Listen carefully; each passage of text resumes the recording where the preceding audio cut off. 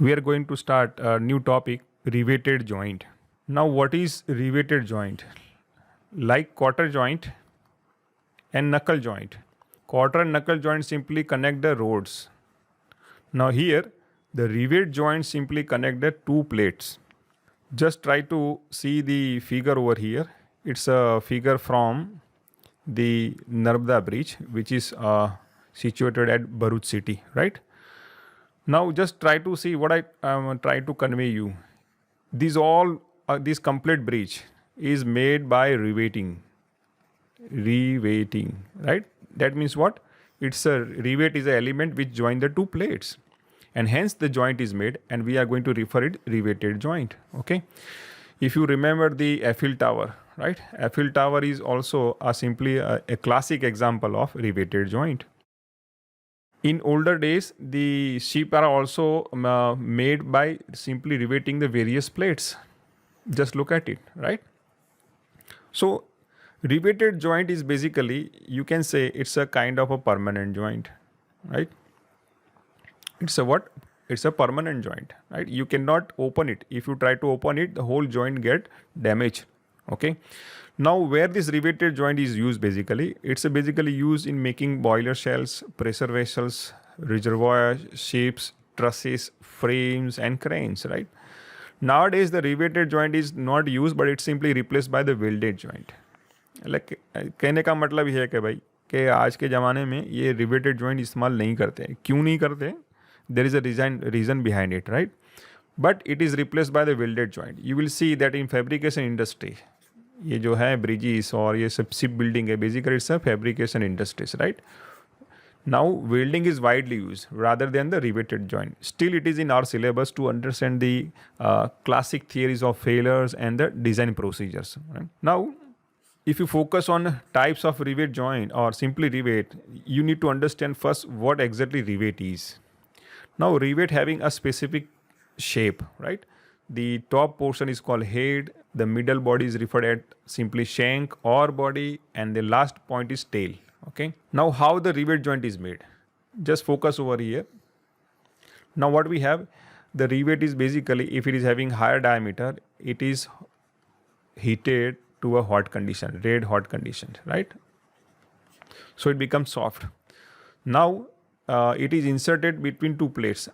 ये जो प्लेट है जहाँ पे जिसको हमें क्या करना है, जोड़ना है, वहाँ पे होल बना के उसको क्या करना है, इंसर्ट करना है, और यहाँ से डाई आके कि उसको हैमरिंग करेंगे.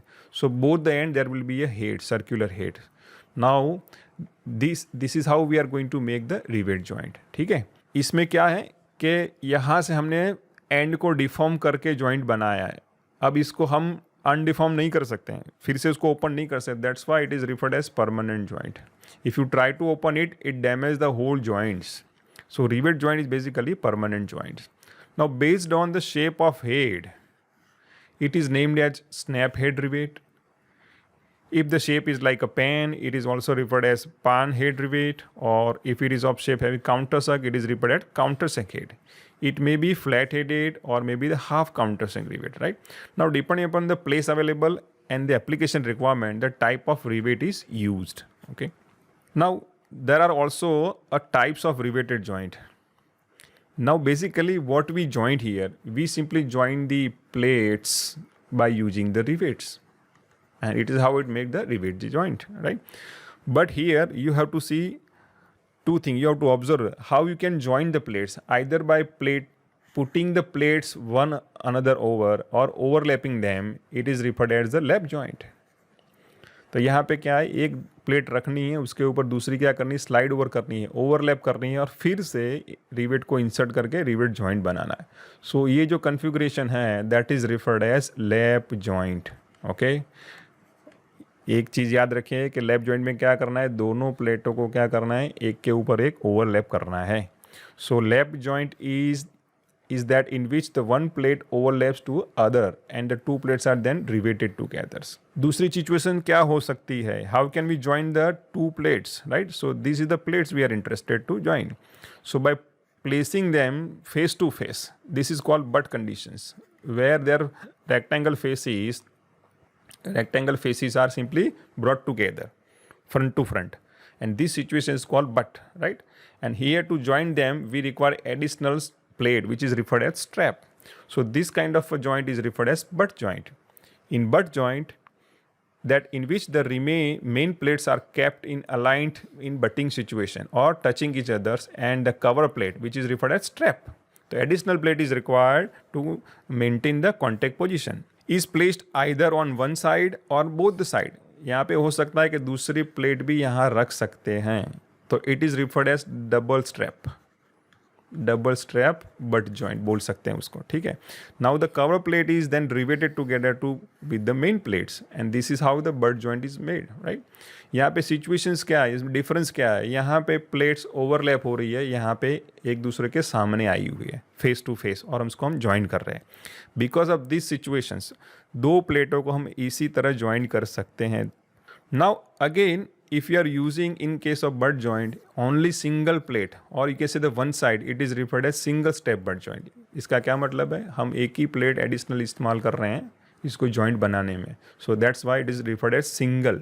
If you are using double to have a more loading capacity or more control on joints, that is called double strap butt joint, ठीक है. Now again there are you can say the varieties of lap joint और ये कैसे the types of lap joint. लेकिन किस प्रकार है, याद रखिए जॉइंट तभी बनेगा एक प्लेट है दूसरी ऊपर ओवरलैप कर रही है, हम इसको क्या कर रहे हैं, इंसर्ट कर रहे हैं, ठीक है. अब ऐसी सिचुएशन है तो हम उसको क्या बोलेंगे, लैप जॉइंट बोलेंगे, where there two plates overlap. अब लैप जॉइंट में भी क्या है, उसके भी टाइप्स हैं that, but this types depends on riveting conditions और रिवेट कंडीशंस. एक ही रो में है, having equal space distance, it is going to referred as single riveted lap joint. Simple सा नाम है सिंगल रिवेटेड. इसका क्या मतलब है, एक ही रो है, ठीक है. If you can have if you are having two rows. अब टू रोज क्यों इस्तेमाल कर रहे हैं, बिकॉज ज़्यादा लोड अप्लाई कर सके इसलिए, ठीक है. If there are two then it we are going to referred as double riveted lap joint. ये जॉइंट कौन सा है, लैपी जॉइंट है, लेकिन कन्फिगरेशन क्या है, रिवेट की रो की दो रिवेट्स रो है, that's why it is referred as double riveted. अगर सिंगल है तो it is we are going to referred as single riveted lap joint. दोनों क्या है, लैपी जॉइंट है, लेकिन कंडीशन क्या है, एक में एक ही रो रिवेट है और दूसरे में क्या है, दो रो रिवेट है, ठीक है. और लास्ट में कौन सी कन्फिगरेशन है, दो रिवेट जॉइंट है, दो रो है उसकी, लेकिन सिचुएशन क्या है, zigzag मैनर है, not like a linear manner side by side.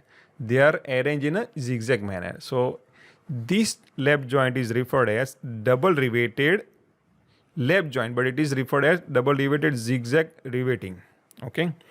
It is the second one is also referred as chain riveting. Why chain? Because chain having a linear configurations or linear shaping conditions, right? So chain की तरह दिखती है इसलिए उसको बोलते हैं chain riveting. इसको दूसरा नाम दिया है जिगजैग रिवेटिंग. जिगजैग तभी बनेगी जब दो मिनिमम रो होगी, एक सिंगल रो में ऐसा नहीं हो सकता है, ठीक है. तो रिवेट को साइड बाय साइड लगाएंगे तो चेन होगी, और साइड में ऐसे जी बना कर लगाएंगे तो क्या होगी, जिगजैग रिवेटिंग कंडीशन बनेगी. सिंगल रो है, सिंगल रिवेटेड लेफ्ट जॉइंट है, तो दो रिवेट के बीच में जो डिस्टेंस है उसको हम पिच बोलेंगे, ठीक है. दो रो रिवेट के बीच में जो है, रिवेट की जो रो है और दूसरा जो इक्वल डिस्टेंस है उसको हम बोलेंगे back pitch. We are going to refer as back pitch. It's a distance between two consecutive rivet row, ठीक है. और इसको हम बोलेंगे डायगोनल, जो डिस्टेंस है उसको बोलेंगे डायगोनल पिच. वो कहाँ पे होगी, सिंपली जिगजैग लैप जॉइंट में ही होगी. अब बात करेंगे बट जॉइंट के, तो उसके भी कौन से टाइप्स हैं, किस. अब देखिए लैप और बट जॉइंट में टाइप्स तभी होंगे, it's depend on simply how your arranger rivets और इट्स रोज. यहाँ पे ध्यान से देखिए कि ये कौन से कन्फिगरेशन है. ये पेरेंट प्लेट है, ठीक है, और ये दूसरी पेरेंट प्लेट है. ये दोनों प्लेट को हम ज्वाइन कर रहे हैं सिंगल स्ट्रैप से. So we are going to refer at single strap single riveted butt joint, ठीक है. इसका नाम है, क्यों मैंने ऐसे नाम दिया है, क्योंकि हमने एक ही स्ट्रैप यूज़ किया है और क्या कर रहे हैं, एक ही रिवेट रो है आप आपके दिमाग में क्वेश्चन होगा भाई सर यहाँ तो 2 रिवेट रो दिख रही है, लेकिन ये दोनों जो रिवेट दिख रही है वो सेपरेट प्लेट में है। हमें एक ही प्लेट का सोचना है, एक प्लेट में कितनी रिवेट रो है, यहाँ पे एक ही है। So we are going to refer as, very simple, we are going to refer as single strap. एक ही प्लेट इस्तेमाल कर रहे हैं उसको सिंगल स्ट्रैप बोलेंगे, लेकिन एक ही रिवेट रो होगी तो हम बोलेंगे सिंगल रिवेटेड। लेकिन ये कौन सा जॉइंट है? बट जॉइंट है। So we are going to call it single strap single riveted butt joint. मैं शॉर्ट में लिख रहा हूँ, ठीक है। So similarly if you look at this figure, we are using 2 straps, so we are going to call it double strap.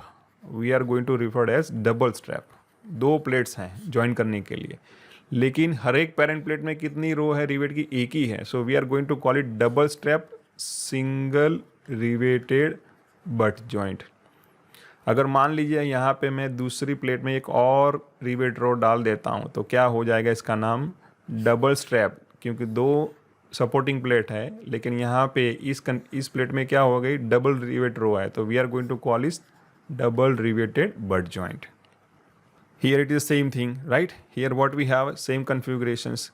एक ही parent plate में बट जॉइंट में कितनी रिवेट रो है? 2 है, और हमारे पास कितने स्ट्रैप्स है? 2 स्ट्रैप्स हैं। So we are going to call this configuration as double strap.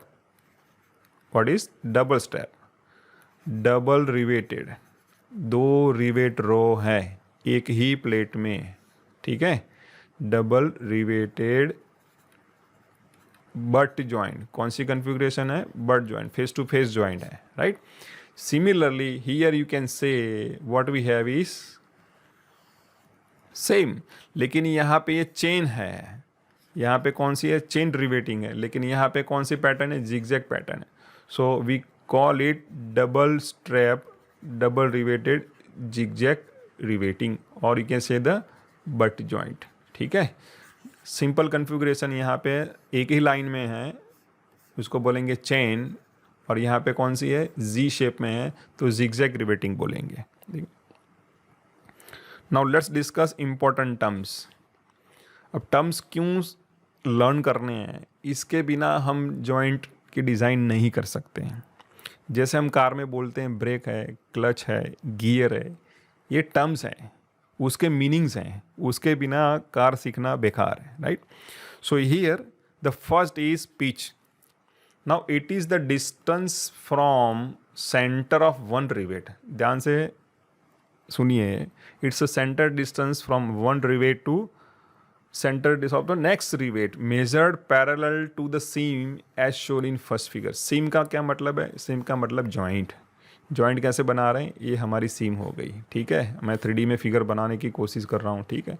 तो हमारा रिवेट इस तरह से आएगा, तो ये joint है हमारा, उसको पैरेलल हम क्या करने वाले हैं? रिवेट रो बनाने वाले हैं और joint बनाने वाले हैं, here। so here in this case the definition of pitch says that's the center distance of one rivet to the other rivet lying in a same line parallel to the joint, right? So it is usually denoted by P, small p, okay? Now back pitch, it is the perpendicular distance between the center lines। देखिए ध्यान से पढ़िए, perpendicular distance between center lines हो गई of successive rose of rivet. देखिए double riveted है, दोनों chain में हैं, और एक दूसरे के जो दोनों रिवेट रो है एक दूसरे को पैरेलल है, तो दोनों के बीच में जो परपेंडिकुलर डिस्टेंस है उसको हम बोलेंगे back pitch. Now it is referred as P B to differentiate from the simple pitch of a single row, right. Single एक ही रो है और दोनों रिवेट एक ही लाइन में है, तो उसके बीच में जो डिस्टेंस है उसको हम सिंपली पिच बोलेंगे। लेकिन ये वही डिस्टेंस 2 रिवेट रो के बीच में है, और दोनों रिवेट रो एक दूसरे को क्या है? पैरेलल है, so it become the perpendicular distance, and we are going to call it P B, back pitch. So this B word back will differentiate between this 2 pitch distance. The third one is diagonal pitch. It is the distance between the centres of rivets. देखिए centres of rivet in adjacent rows of zigzag riveted joint as shown in third figure. ये figure में ध्यान से देखिए, दो ही rivet रो हैं, लेकिन जो रिवेट्स हैं कौन से शेप में अरेंज किए हुए हैं, जिगजैग पैटर्न में। तो ये जिगजैग जो डिस्टेंस है डायगोनल डिस्टेंस है। So that diagonal distance, center to center distance between two adjacent rivet row in zigzag pattern is referred as diagonal pitch. Again here, if you look at the word D, which differentiate from the back pitch, it is also differentiate that distance from the classical pitch or simple single riveted pitch. Now the fourth term is margin or marginal pitch. It is the distance between the center of rivet hole to the nearest edge of the plate. Let's try to see the in 3 dimensions. ठीक है, ये समझते हैं कि हमारी ये plate है, ठीक है, हम यहाँ रिवेट इंसर्ट करने वाले हैं, तो उसकी जो एक्सिस है इस तरह से ड्रॉ कर देते हैं। तो इस सेंटर से प्लेट की जो एज है, ये जो डिस्टेंस है उसको हम बोलेंगे marginal pitch. We are going to call this distance as marginal pitch. So it is a distance between the centre of rivet hole, ये कौन सा है, रिवेट होल है, ठीक है, to the nearest edge of the plate. तो nearest edge कौन सी है, यही है। अगर ये रिवेट को हम यहाँ लगा देंगे, ये शॉर्ट डिस्टेंस हो जाएगा इसके compare to this, then this become the marginal pitch, right. So definition को समझना है। तो नियरेस्ट एज कौन सी है, यही है इस फिगर में। So that distance is called margin. अब ये इंपॉर्टेंट क्यों है, मान लीजिए इस रिवेट होल को बहुत नज़दीक में हम उसको ड्रिल होल करते हैं, कहाँ पे, एज के पास। तो क्या होगा, when you apply load there is a failure from the edge. तो मार्जिन डिस्टेंस बहुत कम है, उसकी वजह से प्लेट फेल हो जाएगी, रिवेट फेल नहीं होने वाला है, right. So you must have some basic safe distance from the nearest edge to have a safe working of rivet joint. That's why it is discuss over here, right. Now let's talk about the design of rivet joints. How can you design a rivet joints? अब यहाँ फिर से देख लेते हैं। अगर हमारे पास अच्छा डिस्टेंस है, अच्छा रिवेट डायमीटर है, प्लेट थिकनेस सफिशिएंट है, मार्जिन जो है यहाँ पे मैंने बताया, कोशिश की, राइट, वो अच्छी है, और फिर हम लोड लगाएंगे तो फेल नहीं होगी। अब यहाँ पे दो ही कंपोनेंट है, एक है प्लेट और दूसरा कौन सा है, rivet itself. So here you can say, to make the rivet joint safer, what are the different possibility of failure of rivet joint that we have to think of, कि plate कैसे टूट सकती है, रिवेट कैसे fail हो सकता है। अगर दोनों ही फेल नहीं होते तो रिवेट जॉइंट क्या है, सेफ है, विदाउट एनी क्वेश्चंस। ऐसा भी हो सकता है कि रिवेट सेफ है, प्लेट सेफ नहीं है, या फिर प्लेट सेफ है, रिवेट सेफ नहीं है। लेकिन रिवेट जॉइंट को सेव करने के लिए दोनों का सेफ होना ज़रूरी है। सेफ होना ज़रूरी है मतलब उसके डायमेंशंस जो हैं, plate thickness, back pitch, diagonal pitch, margin, rivet diameter, has to be of certain value, because of which the stress induced in the rivet joint is not crossing beyond safe limit, and hence it will give you the safe working, right? तो rivet joint को save करने के लिए we must save both the component, that is plate and rivet. Basically these two components make the rivet joint. Very simple. So to prevent failure of riveted joint, both plate and rivet must be safer under failure conditions. Load लगाएंगे तो fail होने नहीं चाहिए, right. Let's try to consider the first situations. मान लीजिए हम load लगा रहे हैं, ठीक है, load P is we are applying outside of nature of tensile, ठीक है, बाहर खींच रहे हैं उसको इस तरह से खींच रहे हैं कि सेंटर जो रिवेट है उसके एक्सिस में से वो पास हो रहा है, ठीक है। नाउ क्या पॉसिबिलिटीज़ है, आइदर प्लेट फेल और आइदर रिवेट विल फेल। तो हमें दोनों सिचुएशन को बारी बारी से देखना पड़ेगा। तो फर्स्ट सिचुएशन कौन सी है, the tearing of the plate from an edge. तो हो सकता है कि जो डिस्टेंस है वो कम हो, मान लीजिए 10 mm मिनिमम चाहिए और हमने रखा है 8 mm, ठीक है। तो हो सकता है when you apply load there is a possibility of tearing of plate from the edge. That's why the margin distance is very important, right? So margin distance is basically we have to keep it of certain value, okay? So that we are going to see by numerical. Now other way around is tearing of plate. देखो दोनों में क्या है, plate ही break हो रही है, fail हो रही है। लेकिन इस सिचुएशन में फर्स्ट कंडीशन में प्लेट कहाँ से टूट रही है, एज ऊपर से टूट रही है। So that's where we have to have a safe margin distance.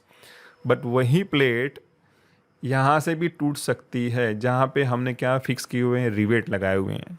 Rivet कैसे लगाएंगे, हमें होल ड्रिल करने पड़ेंगे। Now just remember the pivot end, right, where we have a slot. So because of slot this section is get weaker.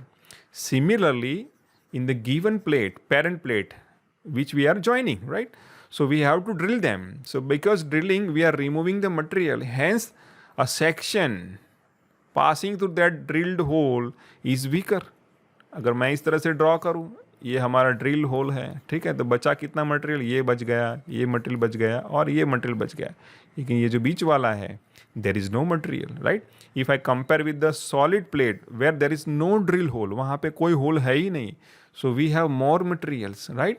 So this plate is more stronger in applied load condition compared to this drilled plate, right? So second situation is possible कि जो rivet row है, जहाँ पे हमने rivet whole किए हुए हैं, वहाँ से वो टूट सकती है, ठीक है। तो प्लेट दो जगह से फेल हो सकती है, from the edge for which we require safe margin distance, और यहाँ से टूट सकती है। So where we have to keep a safe pitch distance and the thickness of plate, right. तो पिच एंड जो प्लेट की थिकनेस है, हमें क्या चाहिए, सफिशिएंट चाहिए, which will simply make the plate safer in this failure across the rivet rows, right. तो दोनों में अगर सेफ हो जाती है, तभी हम बोल सकते हैं कि plate is safe under the loading conditions, right. Now let's talk about the failure of rivet itself. Plate के बारे में हमने सोच लिया कि कहाँ कहाँ से वो फेल हो सकती है। Let's talk about the rivets. Now here, as in the case of these second equations, that is tearing of plate across the rivet row, तो कौन सा इक्वेशन बनेगा, यहाँ पे हम कितना लेंगे, हम मार्जिन ले सकते हैं 1.2 टाइम्स डी और 2 टाइम्स डायमीटर, ठीक है। तो ये सेफ डिस्टेंस है बाय थंब रूल। लेकिन व्हाट अबाउट दिस, कि भाई यहाँ पे पिच कितनी रखनी पड़ेगी, हमें मालूम नहीं है, कितनी थिकनेस चाहिए, तो उसके लिए इक्वेशंस हैं।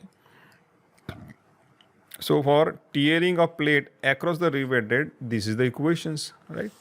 Now what this equation, how it comes? Let me draw in 3 dimensions to explain you. ठीक है, एक प्लेट है और 3 डायमेंशन में हमारे पास क्या है, लैप जॉइंट है, ठीक है। नाउ हमें एक ही प्लेट का सोचना है, because the same rivet is passing through the both the plates, ठीक है। तो if you can think of one plate, similarly it is applied to the second plate. So what I am going to do here is I am going to give you an idea how it is going to work, right? So this is 3-dimension construction. Now this is the rivet hole. Similarly here what we have is this and this, okay. So this is 3-dimension figure. Now what we have, this is the material remaining. हमने क्या हो गया, plate में whole किए हुए हैं rivet के लिए। अब यहाँ से हम क्या करेंगे, रिवेट को इंसर्ट करेंगे। So this become the centre distance. So this centre distance is referred as pitch, ठीक है।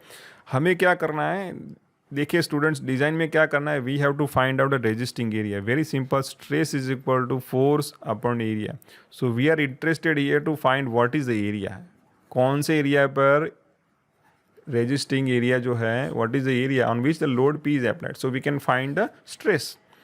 लेकिन यहाँ पे हो क्या रहा है, when you apply a load P, plate में फेल फ्रॉम दिस मटेरियल्स। यहाँ पे मटेरियल है, यहाँ पे मटेरियल, तो ये जो है एरिया वो फेल हो सकता है, ठीक है। तो हम उसको फाइंड कैसे करेंगे, यहाँ पे जो फाइंड किया हुआ एरिया है वो एक ही रिवेट रो के लिए है। अब अगर आप बोलेंगे भाई यहाँ पे एक दूसरा लगा देंगे, उसको काउंट नहीं करना है, नहीं, ये यूनिट पिच की डिस्टेंस है। यूनिट पिच पर हम क्या करें, इक्वेशन सॉल्व कर रहे हैं। सारे रिवेट रो को एक साथ में हम नहीं लेंगे अभी, ठीक है। दोनों रिवेट, दो रिवेट को कंसिडर करेंगे और डिज़ाइन करेंगे, ठीक है। So applied load P, let me call tensile stress is equal to force upon area. मैं क्या कर रहा हूँ, टेंसल से उसको ऐसे ही रख रहा हूँ।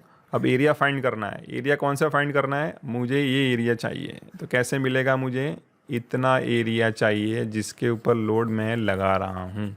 तो क्या होगा, पिच में से मुझे हाफ डायमीटर क्या करना पड़ेगा, d/2 सब्सट्रैक्ट करना पड़ेगा। d/2 कितना हुआ, d it self. d/2 plus d/2 कितना हुआ, d itself. So I am going to subtract pitch. सो पिच में से मैं क्या करूँगा, इतना मटेरियल निकाल दूंगा सेंटर से, right. So pitch minus D, so that gives me this horizontal side of rectangle. And what about the vertical, that is plate thickness T, and that is T. So now multiply with the stress. So what we have is this much is a area on which the load is applied PT, and this is the stress. This is how the equation comes out. अब यहाँ पे ध्यान क्या रखना है, हम जो load apply कर रहे हैं और हम जो पिच और रिवेट और थिकनेस जो है प्लेट की हमें जो मालूम है, तो उसकी वजह से जो टेंसाइल स्ट्रेस जो डेवलप होगी, it has to be less than the permissible tensile stress. Then we can say the plate is not going to fail in tensile load, right. If it is different situation, यहाँ पे वो ज़्यादा हो जाती है। मान लीजिए हमने पिच बहुत कम रखी है, तो पिच जितनी कम रखेंगे, रिवेट डायमीटर क्या होगा, रिवेट एक दूसरे के नज़दीक आएगा, तो बहुत कम मटेरियल रह जाएगा, तो जल्दी से फेल हो जाएगा, right.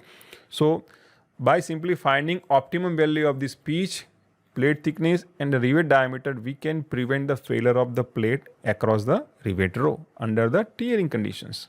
Now what about shearing of rivets? देखो ये दूसरा कंपोनेंट है। मैंने पहले ही बोला कि रिवेट जॉइंट कहाँ से बनता है, रिवेट और प्लेट की वजह से बनता है। दो ही कंपोनेंट है रिवेट जॉइंट में। अगर प्लेट को हमने कंसीडर कर लिया, let's think about the rivet. Rivet कैसे फेल होगा, तो first situation is shearing of rivets. ऐसा क्यों लिखा है, हमें सोचना है, हमें क्या करना है, सोचना है। देखिए ये लैप जॉइंट है, जैसे ही हम लोड अप्लाई करेंगे देयर आर चांसेस कि रिवेट जो है यहाँ से शीयर ऑफ हो जाए। सो this is the one situation.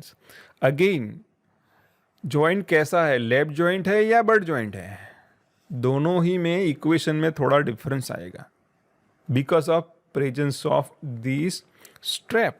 Okay, यहाँ पे हम कैसे लिख सकते हैं कि लोड P इज अप्लाइड, और let me put it like this simple way, stress is equal to load upon area. हम इसको हम कैसे राइट करेंगे, because of application of tensile load here failure is happening in shearing situations. तो यहाँ पे कौन सी स्ट्रेस चाहिए, शीयर स्ट्रेस होगी, शीयर फेलर हो रहा है यहाँ पे। That's why it is clearly written shearing of rivet joints, okay, or simply rivets. So I can write directly P, which is applied load, and we are interested to find the area and the shear stress. यहाँ पे हम stress कौन सी लगेंगे, shear stress रखेंगे। तो area कौन सा होगा, तो हम एक रिवेट को ब्रेक कर रहे हैं, तो एरिया कौन सा हुआ, π/4d², right. So this is very simple equations, π/4d² into tau. मान लीजिए कि आपके पास दो और rivet, if there are 3 rivet rows, so we have to break 3 rivets for the given loading conditions, right. ये जो लोड है वो कौन बेयर करेंगे, 3 रिवेट्स एक साथ करेंगे, एक रिवेट रो, दूसरी और तीसरी, एक यहाँ पे, एक यहाँ पे, यहाँ पे। हम दोनों 3 रिवेट को क्या कर रहे हैं, एक ही लोड P अप्लाई कर रहे हैं, तो तीनों साथ में उसको रजिस्ट कर रहे हैं। So we have to multiply by 3 times, right. So area is very simple, we are breaking the circular area π/4d²। अगर एक ही रो है तो we have to simply use only π/4d² into tau.